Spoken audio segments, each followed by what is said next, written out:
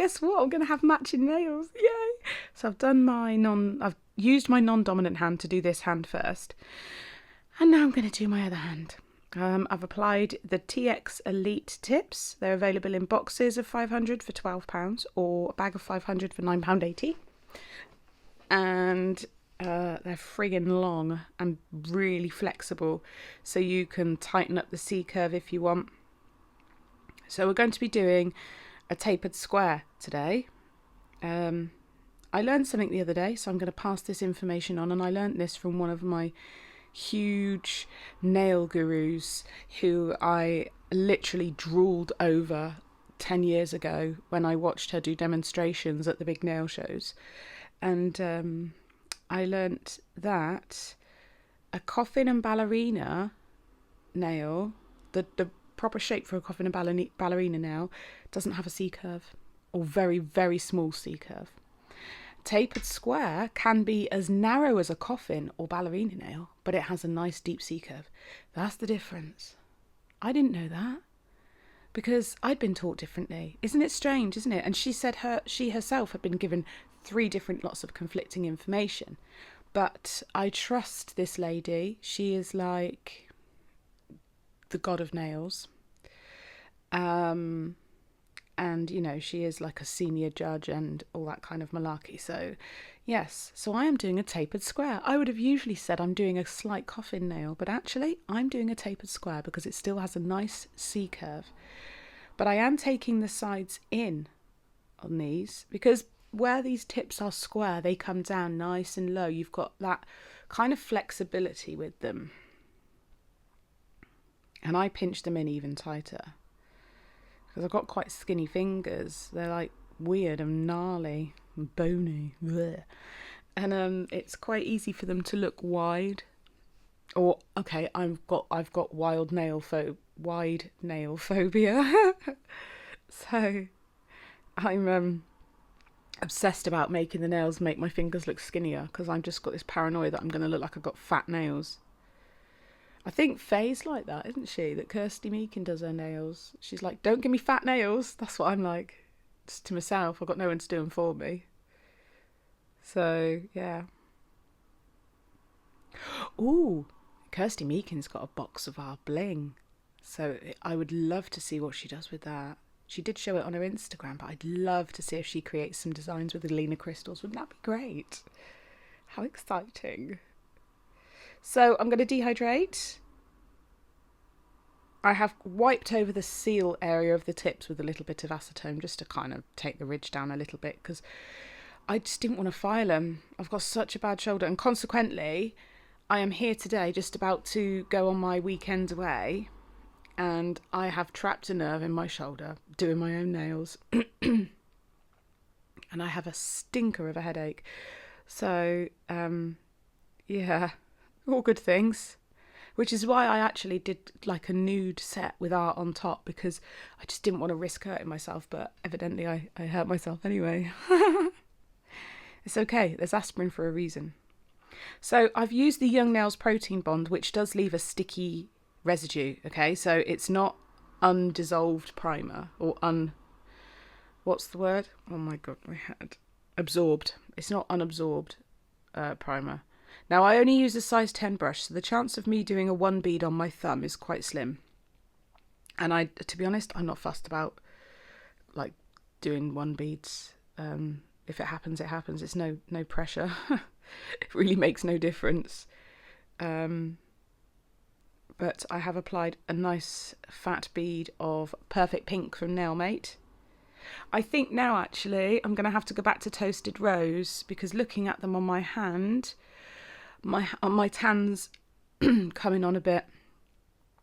I've got some, because I've got like a light olive complexion, because of my dad, the little Spanish man. After a certain point I have to go on to Toasted Rose, and then in the winter I go back to Perfect Pink. So oh, there go the street cleaning things. Thank you. Why can't you come back at a more convenient time? So as you can see, I had to add a little bit more to the end of that nail. and I'm looking down the barrel of the nail, which is really bad for you because you can't see what I'm doing, and I'm patting and tapping the product just to make sure it is where I need it, because I don't want loads of filing because I am old and broken. Well, I'm not super old, like I'm 39, which is, you know, I'm getting on a bit, but I'm very broken. And you know, it's just an effort really. So I'm like, if I can make it as easy as possible with application, and to be honest, even if you're at the beginning of your nail journey and you're young, if you can do the least amount of filing as possible, you will save your hands and your wrists. Because I didn't realise back then, I didn't care back then, and now here I am having like steroid injections in my thumbs and having issues with my wrists and my hands and x-rays and stuff, and it's probably just down to the fact that it's wear and tear, because it's actually quite a demanding role on our hands. So please make the effort with your application to lower your filing time and protect yourselves going forward. Then you'll have a much longer career and you won't suffer. So take it from an old bird. I'm just checking through the nail now, just little bits. Do you find when you do your own nails, there's always one side that you just don't see as much, so there's always a little bit missing. It's like, oh bugger, I forgot about that. Obviously, once that nail starts to really polymerize, it goes nice and warm. That exothermic reaction, that warmth coming through, I think is exothermic. You've got endothermic and exothermic. It's one of them. It gets nice and warm. Then you put your pinching tool on. Make sure it doesn't squash it. If it doesn't squash it, keep that tool on. So I've got a nice big bead here, and I'm just going to use the very tip of my brush to tap it, using the tip to tap it in and tuck it right by that cuticle. If any of my students are watching, you'll know what I'm talking about here. So the tip of your brush you can use in really delicate movements to get that bead nice and close to the cuticle without a step. Then the bead kind of swoops up into your apex and down through the barrel of the nail to the tip. That's ideally what you want. And I fully appreciate that when you first start with nails, it is a nightmare. Or like here, when it's hot, well, it's not hot, but it was warmer, so my bead was setting up quicker and I was working slower. I end up with a bit of a lumpy bumpy, but it's all right because we can file that off. It's way different when you're doing your own nails to when you're filming your own nails. It's a lot different because I work just completely differently doing my own nails to filming. I like whiz them on when I'm just doing them, but then that wouldn't benefit you, would it? So I'm gonna, as that bead's polymerizing, it's becoming more like moldable and less like a semi-liquid consistency. So as it's more moldable, you can start using your brush to tap it in at the sides, because if it goes out too far at the sides and it's too kind of fat, then you're going to have loads of filing. So I've done them all the same, right? I thought I'll show you two, because you don't want to see me doing the same thing on every nail. And if you do, just rewind it, it's cool, or watch the video again. So my filing routine is always sidewall, free edge, and then round the cuticle, and then I do the whole body of the nail, and then I go back and do sidewall, free edge again, just for a tidy up, make sure it's all even. I won't show you all the filing purely because it's very difficult to show you, and I have specific training videos on stuff like this as well. But it's difficult. The angle I was at was very difficult, and with the shoulder, and it just hurts, okay? It really hurts. I'm about to show you some blinding bling. These nails are going to be royally blessed with the bling, okay? So they're all filed in now, and I'm going to give them a little wipe over with some acetone just to get out any little like lines that might be in there, because I don't want to buff and keep going and going and going. So a little wipe over with acetone. Now, some of these shapes, these are stunning. There are a whole load of shapes dropping in the next 7 days. It's the golden shadow shape range and round flat back. I will do a small mix pack as well, and they are absolutely blinding. And I've also, I don't know if you've seen on the website, I sneakily dropped a whole load of reds, and they are the most beautiful red I have ever seen. I never used to, you'll look back, I've never really used red crystals, because even in the past when I had the Swarovski ones, they it was the hardest colours they had to make. And I just always felt like I was looking at bits of plastic. I never found some that really blew my mind. Well, we've got them, they're ours, and they're on my website, and I'm really happy. I'm like, and if my outfit had matched, I was planning on using red crystals, but my outfit is like a champagne gold colour, so I gotta have champagne gold nails. I'm sorry. But they're available on the website. The red selections are, as are like loads of the new nail charms. Have you seen them? The nail jewellery. Oh my God. Oh, Dragon's Heart Cuff is so beautiful. Crystal Queen and Crystal Princess. They're stunning. They're all stunning. And I wish I could show you them all in one go on my nails, but it would really look like a crystal throw up nail. So I can't. You just have to have a little poke around on the website. I'm applying my nails, my crystals with gel, as I always do. I just use a builder gel in a bottle because I can't use adhesive because it does something to my airways. It makes me poorly. So, and I'm just applying some of the, I think these are SS8 Golden Shadow round flatbacks. As I said, these will be available on the website when I get back from my party this weekend. I'm not drinking. It's not a party. I'm just going to see a very good friend of mine who's also one of my ambassadors, and she's incredibly talented, and it's her birthday. So I just teamed it up with taking kiddo down the beach for a couple of days. So there we are. Pop that in the lamp. So that's the thumb done. Look how sparkly it is. Now we've got all this to do. Look how sparkly. Oh. Okay, so on the index finger, the ring finger and the pinky, they are all going to have just a simple crystal cuff. Now, believe me, this was very difficult for me to just do a crystal cuff because I wanted full on glam bling. I wanted more 3D. I wanted more everything, more length, more 3D, but I just didn't have the time. So this was actually quite a quick set because I didn't have the time to do anything else. I'm going down in size SS16, SS12, SS10. SS16, SS12 and SS10 are on that nail. I'm pretty sure. Or it might be SS12, SS10, SS8. I'll have to double check. But yeah, because the biggest ones I've got are SS16 and they look bigger than that. So it's probably SS12, 10 and 8 that I'm using. That would make more sense. Yeah, it is. It's 12, 10 and 8. I am pretty sure. But regardless, they're still beautiful, aren't they? Very beautiful.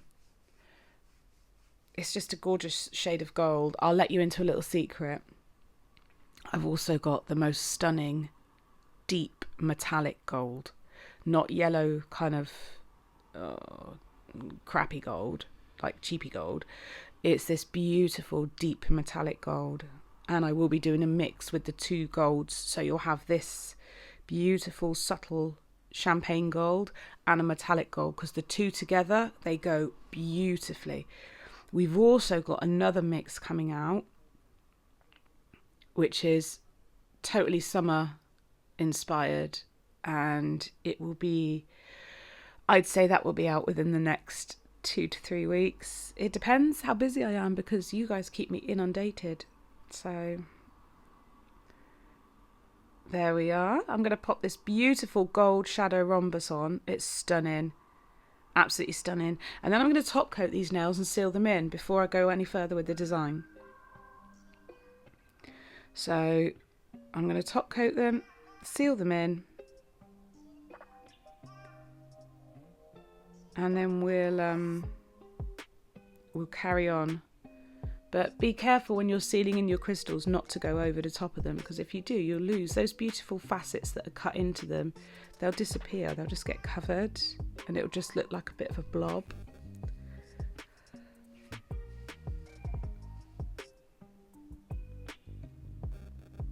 So I'm just taking my little detailer brush and tucking it in around there. Absolutely beautiful.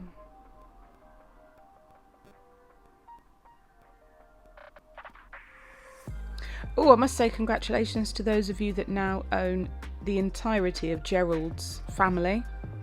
You've adopted every single one of his family members. If you don't know what I'm talking about, they are our unicorn brushes. It started off with Gerald, and now we've got 8 of his family members. The newest additions were JJ and Rosie. Absolutely beautiful. They're stunning. And some of you are collecting the whole bunch, and it's just cool. I love it. Actually, my little boy, who has autism, and he's sensory seeks certain things. For those of you that don't know him, a lot of you will know him. He loves the brushes, and that's why one of them's called Ollie, because that's after him, Oliver, and he just loves the touch of it on his skin. So he's got his own one that he just strokes on the side of his face, and it just calms him down. He really likes it. So they're obviously a firm favourite with the kids too. Have that in your Christmas stocking. Here you go. Have a unicorn brush. I'm on this nail with the rhombus. I'm not just going to leave it like that, obviously. We're going to do some 3D work.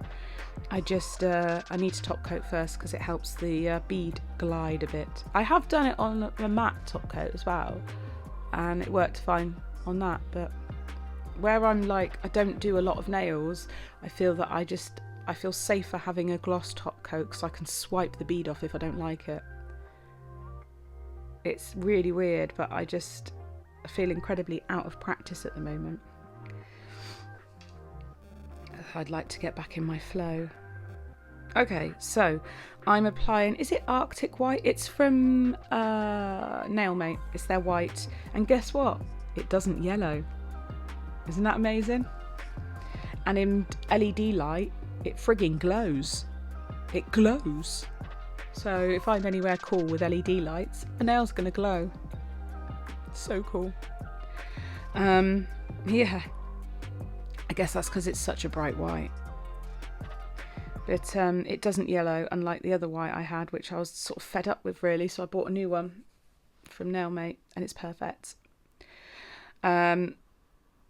You have to wait, you have to check these beads and wait for them to start mattifying, because if you start pressing into them when they're still kind of liquefied, they just bounce back. Now, I'm way out of practice with this, so, you know, you've got to put up with my cat-candid application, but when I'm in the zone and I am doing nails, I love 3D. I just love doing it. I find it relaxing. I find it fun.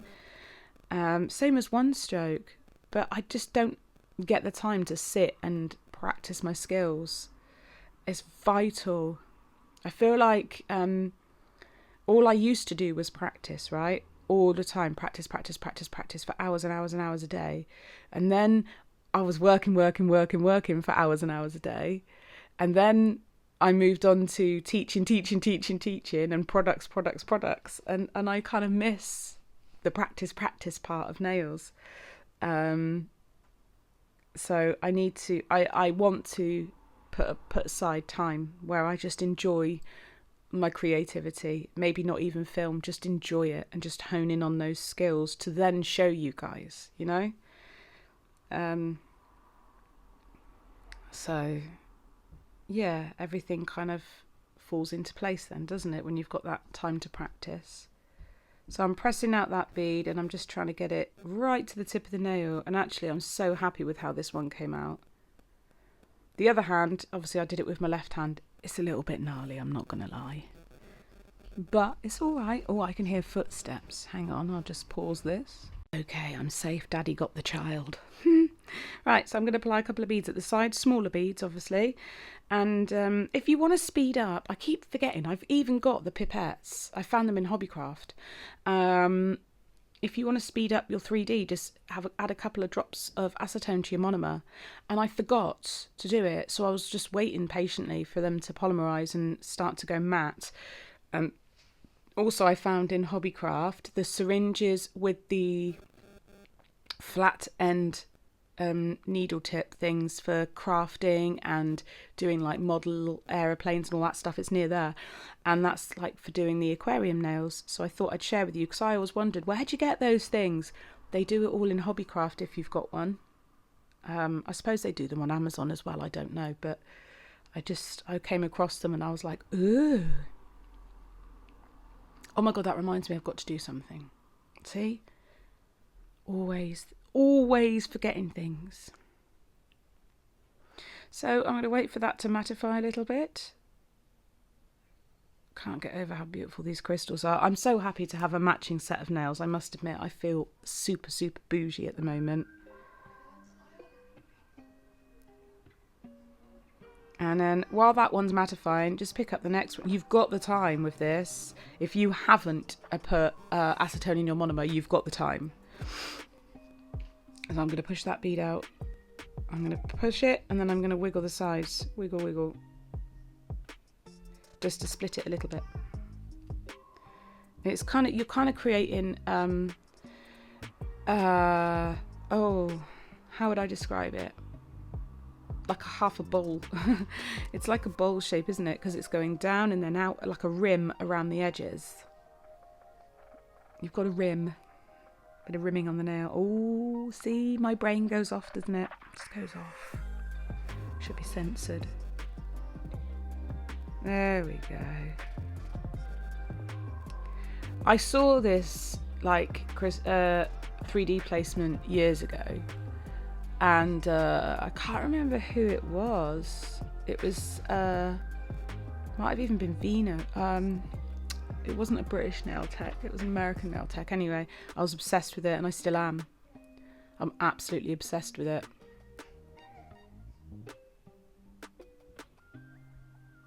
I'm also obsessed with one stroke. Did you see Dorota Politska's recent video on one stroke?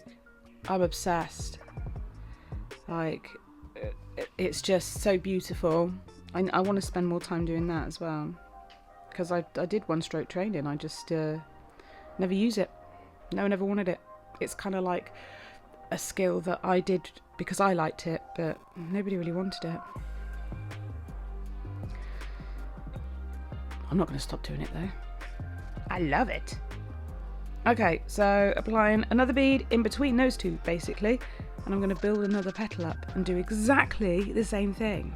So I'll stop talking for a bit.